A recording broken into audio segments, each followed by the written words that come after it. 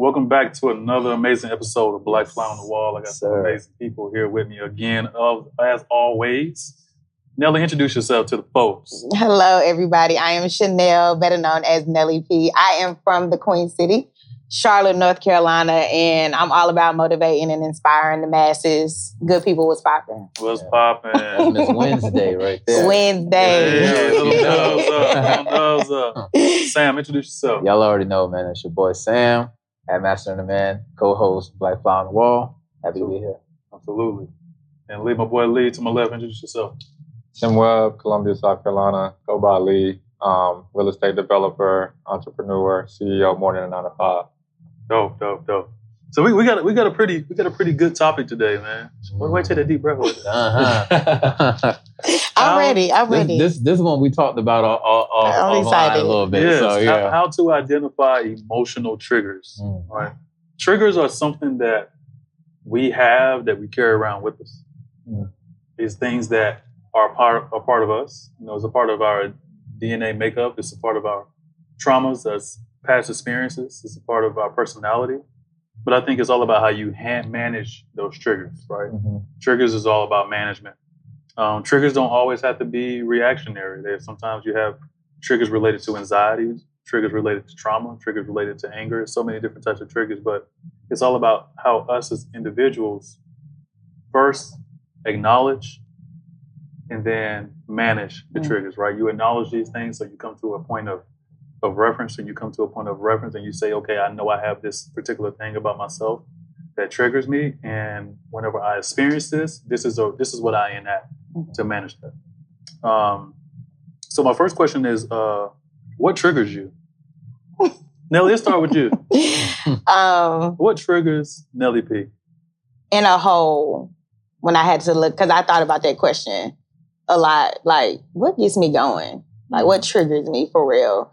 Anything that feels like abandonment, anything that feels like somebody has the option to leave, heavy trigger. And it just resorts back to in college, I lost, at the time, the person that I was with was killed. Okay. So in my mind, it resonated as he left me.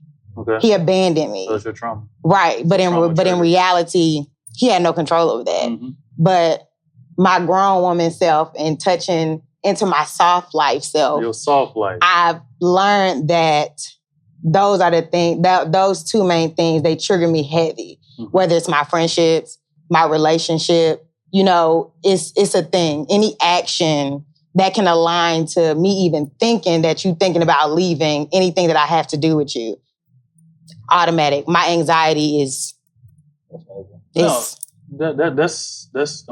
deep, you know, because like you experienced like that's a post-traumatic experience, you know what I mean? And I think that's not nothing light, you know what I mean? You know, some things that's out of your control, and then, you know, sometimes we hold ourselves accountable for things that we have no idea that we have no business being accountable for, you know? And I think us as humans it's all about the empathy and the kindness that we show ourselves whenever it comes down to managing and experiencing, you know, those triggers. And I think even for myself, I think I asked my fiance the other night when we were talking about it, like, you know, what is my trigger? What's something that triggers me? And I think mine was whenever people say something like, like, you know, you're just like your mom. Like, that was something that triggered me because my mom is an amazing woman, right? And she raised me by herself. Me and my siblings by herself. So I always gave her like this deep reverence of respect and somebody that I will model after, and somebody who has resilience and perseverance and never quit and sacrifice. I mean, the true definition of sacrifice. And so whenever I'm like, so I used to always be like, man, you know what my mom did for me, man? Like that would really set me off.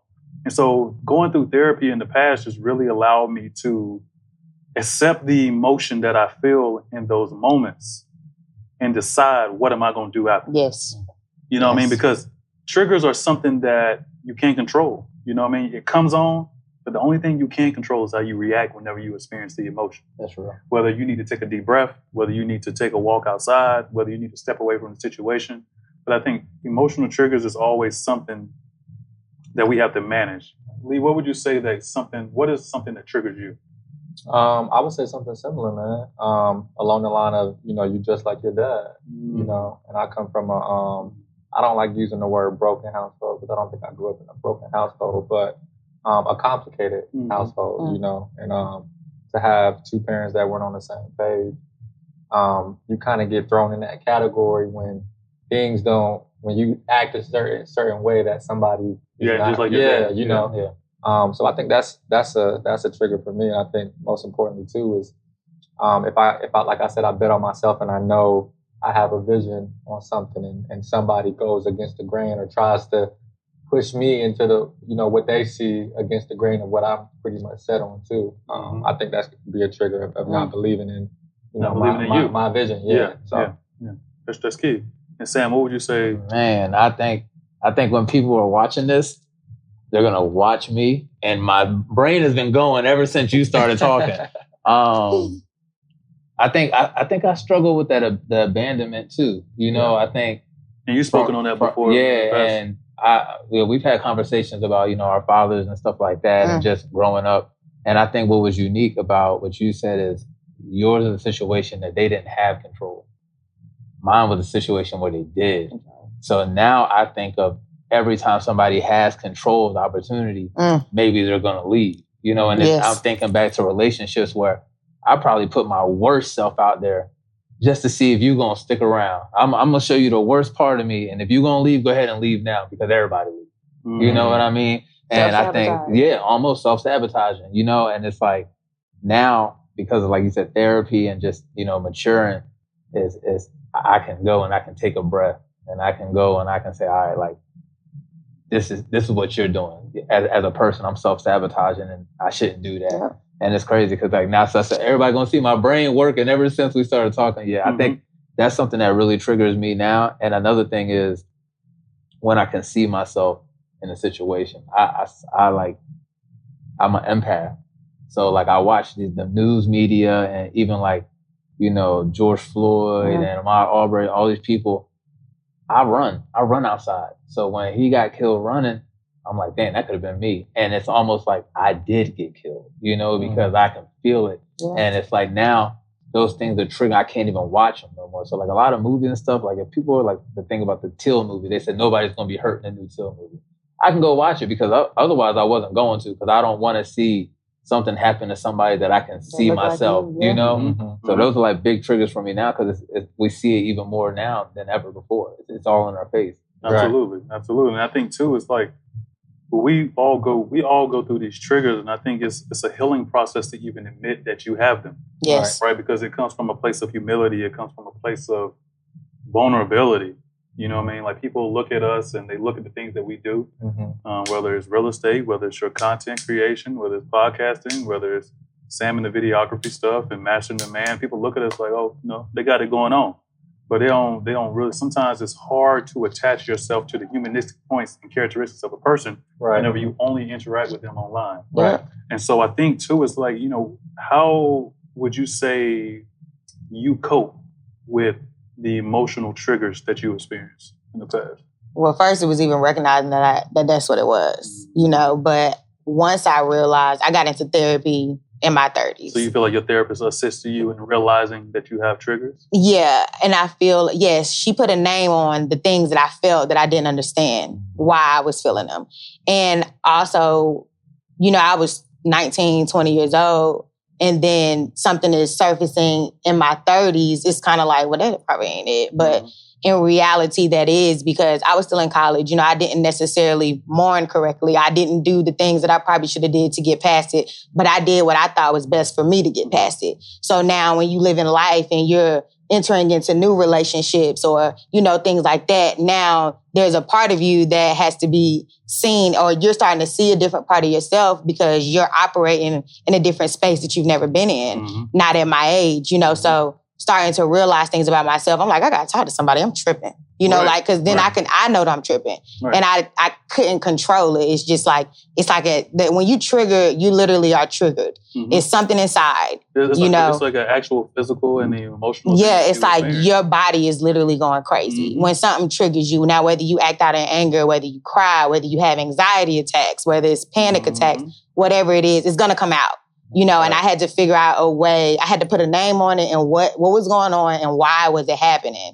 And because I wanted to fix it. Mm-hmm. And it's a daily process, it's a daily journey. Like your traumas will trigger you at the randomest times ever. From nothing. Yeah, and you have to make the conscious decision to do whatever it is that you need to do. So like with her, it was talking it out and putting it out there. And then from there, it was simply something so simple as just me breathing. Because I'm an Aries, I'm very, I'm attacked, let's go, I'm black or white, and I had to learn that that's not what the world is. Right. But in my life, she helped me understand that gray, I don't like to exist in because that's my softness. Mm-hmm. And I just rather be here or rather be there versus be right here and just feel what that feel like. Mm-hmm. And just learning to really sit in my gray and deal with my gray and just breathing. Like, girl, you got gray. Breathe it, breathe through it. And then white noise. So odd, but at night, I think, me personally, and I think a lot of people can attest to say, your mind goes haywire at night. When you land in the bed and there's nothing going on and you didn't put the phone down and the TV might be playing, but your mind is doing its own thing. Don't shut off. Yeah. Right. And your mind is the devil's playground. Mm-hmm. Idle, you know, like just laying in the bed and I'm allowing myself to go down this rabbit hole of unrealistic things that I've thought of and put together in my head and I'm tripping. Now I'm about to be going crazy at night, you know. White noise has came into play and it kills it. That's amazing coping strategy. It kills it. I literally have a playlist of white noise on my phone. Nice. I lay it next to my pillow. And if my thoughts are going, the louder my white noise will get. Mm-hmm. On a cool night, I can have it soft. And I know that, you good tonight, girl. You gonna whisper. You gonna rest in the meadows grass tonight. One of the good things about identifying your triggers, too, it lets you know that you're not tripping. Right. You're triggered. Right. You know what I mean? Because a lot of times you're like, man, I'm bugging. Like, right. But you're not tripping. You're triggered. Yeah, you're not. You're not. But I think the accountability part makes me feel like you tripping because now I also know what it is and I know how to fix it. So why am I allowing myself to do this to me now? Yep. And you know, it's all about, same way we talked about, you know, our sponsor for today is Pure Soul, vegan restaurant. And it's the same conversations that we have about Pure Soul, right? It's about feeding the soul. And even while we partake in Pure Soul now, there's food, like finding what your coping strategy is just like feeding your soul whenever you're dealing. That sweet potato pie. Right. It's amazing. But hit the back of that, hit that tongue, and you're like, whoa. I'm telling you, it's that first bite, man. I'm telling you. But it's like, you know, finding out what the coping strategies work best for you is just like feeding your soul, right? It's about going in the direction that you know is mostly attainable to get to the goal of calmness. Is getting to the goal of mindfulness. Is getting to the goal of, I'm okay, I feel safe, right? And Lee, I was going to ask you, like, what are some things that along your journey of identifying your emotional triggers that you found was best for you when it comes down to coping strategies? Oh, man, I think one of the biggest things is I try to talk through situations, right? Or allow somebody to be an ear to certain things that kind of happen in my life, right? And whether that be facing adversity or, you know, family issues or things like that, like I try to talk through certain situations and explain like what the situation is and kind of like my workaround for it, you know? And I think if people don't express that and you keep stuff like that bottled in, man, they can't help. Yeah, they're only going to explode it. Exactly. So, and also too, having tough conversations, man. Like I had to really learn how to have tough conversations with people, and kind of explain to create situational awareness for people, you know. And I think that kind of positions people to kind of understand you as a person. And I think one of the examples I can think of is my mother, right? You know, we've always been super tight, but you know, as the business goes and she gets involved in the business, business and family, you start kind of bumping heads. It makes the family dynamic grow. Yeah, a little bit. She's just not a role of your mother. She's a role of a business partner. Exactly. So when you have those conversations, somebody might see it from a different light of what you see it as, and they might look at it as, I have a twin sister. She look at me like, oh, I look at you as a strong twin. I didn't look at you of needing certain things, emotional support. I've always looked at it as like, you got it figured out, And I think having those conversations gives people a different light of like, yo, I have needs too. Right. And sometimes when people, I call those burdens. Yeah. When people put that as like, I'm the one in my family that has to make the money. I'm the one that has to supply my family with financial means. I'm the ones that have to supply my family with emotional and mental health backing and advice. And like you said, looking to be as the strong one. I feel like that sometimes is a burden. And it really dilutes our needs. Right. Yeah. You know what I mean? It dilutes that, man, like, if I'm Tim, I'm like, yo, I need somebody to talk to. Like, I need to go to somebody in vulnerability. I need to go to somebody for advice. I need to, have somebody to have a shoulder to cry on or whatever, and not be seen as weakness, but just be seen as real. But that's the I guess the burden that's been placed on our generation, right? Like in our culture. Yeah, because our parents, they work and they say, all right, our kids are going to go to school, they're going to graduate, and they're going to be the best. And so we've taken that, and like you said, we've put it all on our shoulders to, all right, now I got to make the money, I got to be the strong one. And if you don't have that outlet, I think one of the great things about our relationship, Lide, is when we've kind of developed that journey of ourselves around the same time, and I didn't feel crazy about detaching. I'm a big detacher. I'll cut the social media off. I'll go on a fast. I'm a big detacher now, and I wasn't before. And it's not that people made me feel crazy about doing it.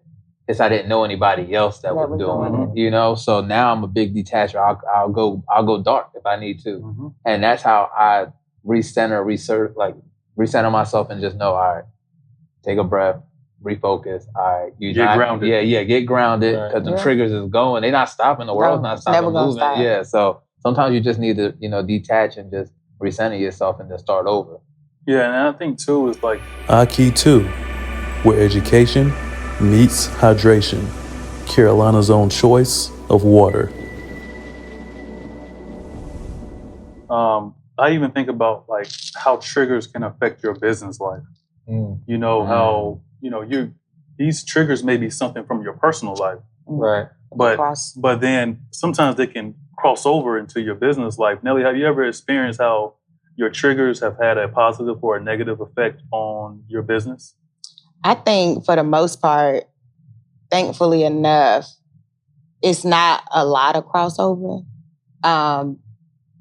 When I'm triggered, and let's just say in business, like let's just say in my 9 to 5, type thing. As a Black woman, one trigger that I do have is smile. Don't tell me to smile. Oh, please, that's a trigger. It's automatic. And that's one thing that I haven't quite contained, because I want to know you react why when people tell you that? Oh yeah, 100%. 100%. Wait, how do you react?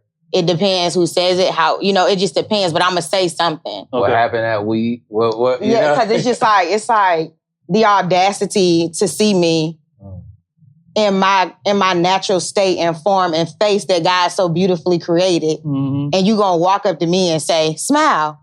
Because are you walking up to Sally and telling Sally to smile? Yeah. You're not. Because what about me is unwelcoming? What about me is making you uncomfortable that you feel like I gotta walk around an establishment with a smile on my face? I'm good. You know what I'm saying? And I will go there, because at that point too, I feel like if we don't speak up for ourselves, who is? And so often, me and my mom has had the conversation in regards to trying not to be the angry Black woman in the workplace. But also, it's a thin line between trying not to be that, but advocating for yourself. And how does that teeter-totter on the other? But just being comfortable with the fact to say, like, if you can have the audacity to say that to me, I very well am in my own right to ask you, why do you feel like you can ask me that? Yeah. Why do you feel like you can state that to me? Because I think a lot of handling is conversation.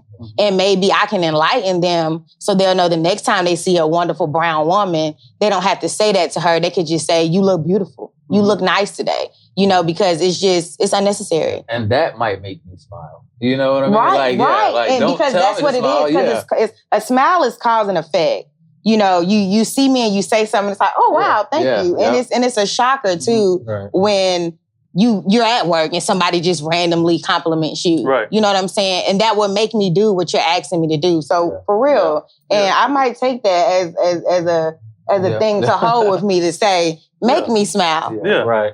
Make me smile. So, like compliments go a long way. Yeah, and it does the trick of what you clearly want me to do. Yeah, and I think sometimes too, the resting face that we have is not the fact that we're angry. Sometimes it's a face of being focused. Yeah. Like being focused. It's a face of being present. That's how I get. But focus can scare people too. Yeah, that's how I get. You know, that's how I get. Like when I get really locked in around the house, my fiance be like, "You all right? You all right?" I'm like, "Yeah, I'm good. I'm just focused. You focus, but you're present in whatever you're existing in that moment. You know, and that's intimidating to people. Yes, like especially a Black person. Focus. Yeah, facts. Because they know that's real. A shift is about to occur. Yeah, you know what I mean. They know something's going to happen from that, and they don't want us to shake the table. They know something happened after that. Yeah, they know. Right, we get locked in. Leah, would you say has any of your triggers ever affected your business life? I think absolutely, man. You know, I think having to be head of household and kind of early on become a man, and be a provider and take care of folks and individuals, man. For me, you know, I think my number one rule in business is make sure you can do business with somebody who is business minded just like you. If somebody's not all in, you know, I'm triggered by saying I've already been that person that had to be a provider. Yeah. Why am I in a business relationship with somebody where I have to hold 100% of the weight too? Right. You know, and I'm triggered by that because, you know, I think a lot of people too don't know how to separate business from friendship. If we friends or we family, etc., like when we put business hats on and we doing business, we can't let somebody hold majority of the load because of our relationship. You know? So I've been triggered by that. So I think that's just a learning lesson in business where you kind of say, all right, let me brush my hands with this on a business relationship and be more careful moving forward. You know, like me, even me, like I'm gonna tell them, I ain't gonna go through.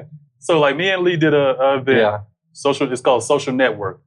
Where we do a social network events where we bring people who that have the same like-minded individuals with business and all that, and we bring them together. We created this event, and we do these. In 2023, we're bringing them back, and we could be hitting the ground running in different cities. We did one in Charlotte, major success or whatever. But like me and him have been friends since middle school, actually, since we was like 10, 11 years old. And that's my dog. Like, you know, he's like probably one of the people one of my earliest friends in my life. So we like almost 20 years in now. Right.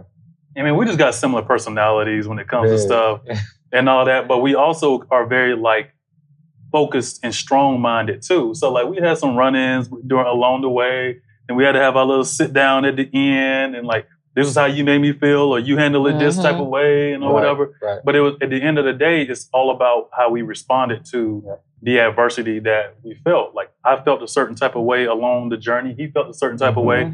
I had to hear him out. He had to hear me out. And then we both was like, damn, we kind of feeling the same type of way because we almost like the same person.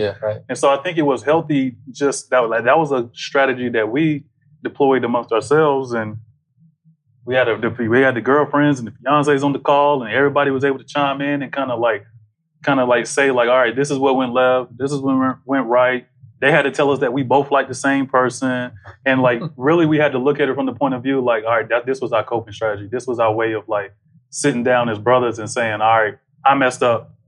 This was the accountability.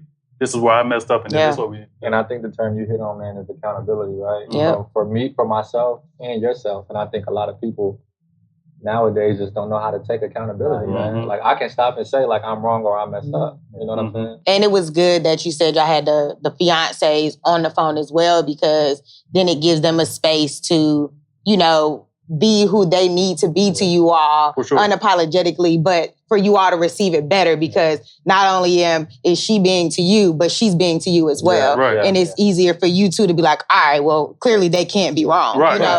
They hearing it. It's like clearly they can't be wrong, but sometimes getting that, like you were saying, just having conversation and those tough conversations is very important because they gave you all the perspective of insight. Y'all the same people. Y'all saying the same thing. Like and that's something that y'all wouldn't have came to because as men, I'm getting my point across and I'm getting my point across and we just gonna keep doing this. But to have the woman come in and it's just like, wait a minute. No, I think that was great. Like that's why like when I identified my trigger in regards to my mom, it's like, that's why I feel like women are so critical in the life of men. It's because as men, sometimes we have blinders on when it comes down to ways that we can pivot. Look at you. Like when it comes down like the ways that we can pivot when we have faced adversity. So like women are always balance us out, make us reel it back in like, whoa, you need to look at it from this perspective, or you're wrong, or what are you doing? And that's a constant thing that I've experienced throughout my life. So I actually seek that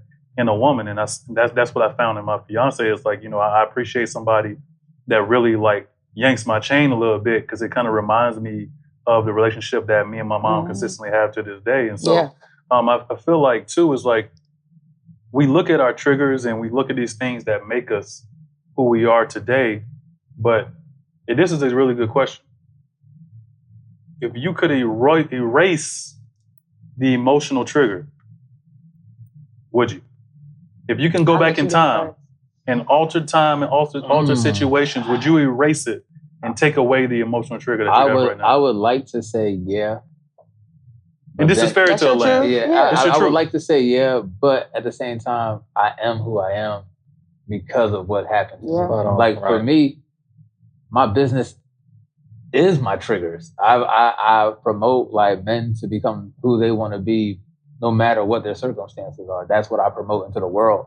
So I've turned my triggers into something that can help people. You know what I mean? I'm very transparent about my life and the things that I've gone through. So I'd like to say yeah, but I wouldn't be me. And I'm afraid to see who I would be if I didn't have it. Yeah. Nelly, what about you? I would agree. And sometimes I think y'all said like the journey and the destination, and we said just how ugly the journey is, you know, and how heavy it is and how compact, because it's tight, but it's a lot in that one little spot. And I feel like I know for a fact, if I never experienced my main trauma, I would not be Nelly P. There would be no Good People Was Popping. There would be no Phone a Friend Thursdays. There would be no Wednesdays. You know, it would literally be nothing because I tapped into a part of me, kind of like survival mode in a sense, but it was really just my relationship with God just blossoming in a way that it never would have, because I had no one that understood me. No one that had been there but me. You know, I had my parents and my sister and my friends, you know, but they only can understand so much. So I wouldn't take from the journey at all because, like you said, I literally don't know who I would be or what else it actually would have took. Because then it's like, well, if it wasn't this, then what else could it have been that possibly could have been worse? And sometimes I don't like the things that have come attached to it, my triggers, or, you know, the anxiety that I might feel sometimes. I don't like it. Or the loss of the person that you love. Right. I don't like any of those things. I can honestly say I don't like this and that about myself, but it's a continuing healing process and it's a journey and it's something that I can look back on and say, 5 months ago, I would have reacted this way, but I'm growing. It's something that you can reflect on to know that I'm doing what I'm supposed to do. And you've growing. And you've made it a beautiful thing. Yeah. You know, I think that's one of the great things about it too. But you can take the dark and add some light to it. You're like, all right, this didn't win. You know what I mean? I won. Like so. Right. And what about for you? Would you erase it? No, absolutely not. I think to piggyback off of what both of you said, you know, I wouldn't be the man who I am today sitting in this chair if it wasn't for my emotional triggers. And I feel like I said, having to learn to be independent. When you have to be a resource for somebody, you want to make sure that you never run out of you, and of me, right? And then also too, from a monetary standpoint, like if you got to be a provider and take care of, man, like I'm basically like tweaked in my mind to like hustle and go get it, because I have somebody who's gonna look to me and say I might need something, right? And I think people don't necessarily always understand your hustle of like why you constantly go and go so hard, but you know, people don't take the time to say like what triggers you or what motivates you or what pushes you to keep doing what you're doing. Like, why are you constantly doing X, Y, Z, always something? And it's like, yo, I've had no choice. So now it's created me to be a person that it's building your DNA. Your trigger has become your motivation. It's become my motivation. So and almost your identity sometimes too. Yeah. And I think what Sam said was critical and an amazing segue, because you can choose what you do with your trigger. Yes. Sometimes people are triggered, they react, they commit homicides, they steal, they commit armed robberies, they do a lot of negative and criminalistic things, whereas like, we choose to transmute our triggers into positive things, right? You created all the things that you created with your content. And then some people blossom to grow into being amazing athletes. Or LeBron talked about it, the absence of his father, never meeting his father, never knowing who his father was, and how that really pushed him to be the person that he is now. Right. And then, you know, even with myself going through therapy, going through healing the relationship with my father, now we have an amazing relationship now. It's really pushed me to be like the man I am today. You know, I talk about it on previous shows, like me and my father went to therapy together, and it was one of the best decisions that we made as men, right, of this era, was to do that and to make sure that we both were invested into the goal that we wanted. We wanted an amazing relationship. Well, there's a challenge to do that whenever both parties aren't invested into that journey. And so I think coping and applying strategies and other things like that are essential to overall growth. Like we hit on therapy, we hit on identification. I think identifying your emotional trigger is first, managing it is number two, and then coming up with coping strategies along the journey of what you're going to apply whenever you experience these things are also key. I think also too, I think it's natural for traumas and triggers to affect your business life, but I think it's important for us to maintain insight on when we're feeling these things too. Right. And so that we can continue to progress as people, 100%. Continue to progress as healed people, and continue to tap into our higher selves and continue to grow and to continue to blossom. Amazing episode. Emotional triggers. Emotional triggers. How do you identify them bad boys, man? That's why I wasn't even. I said I'm gonna wait. I'm gonna wait. That joint almost made my eyes water when I take it. I see you take that joint. Shout out to Pure Soul for the amazing things as we continue to grow. We continue to feed our souls with amazing content, amazing conversations, and amazing food. So you enjoy that sweet potato pie. That joint good, yeah. Check out Pure Soul, man. Cut. That was good. Nice. Ain't even fried, dude. Burn the Palo Santos. Get the vibes right.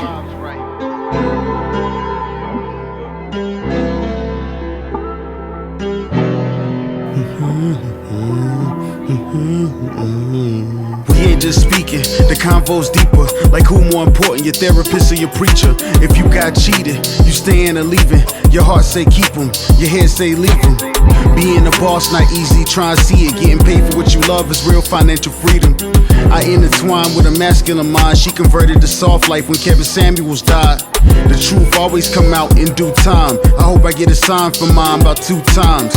From there I use my intuition. Your gut is your spirit. If I choose not to listen, I can't play the victim. For my brothers never had an ear to hear them. These the bricks for our sisters, help us build it.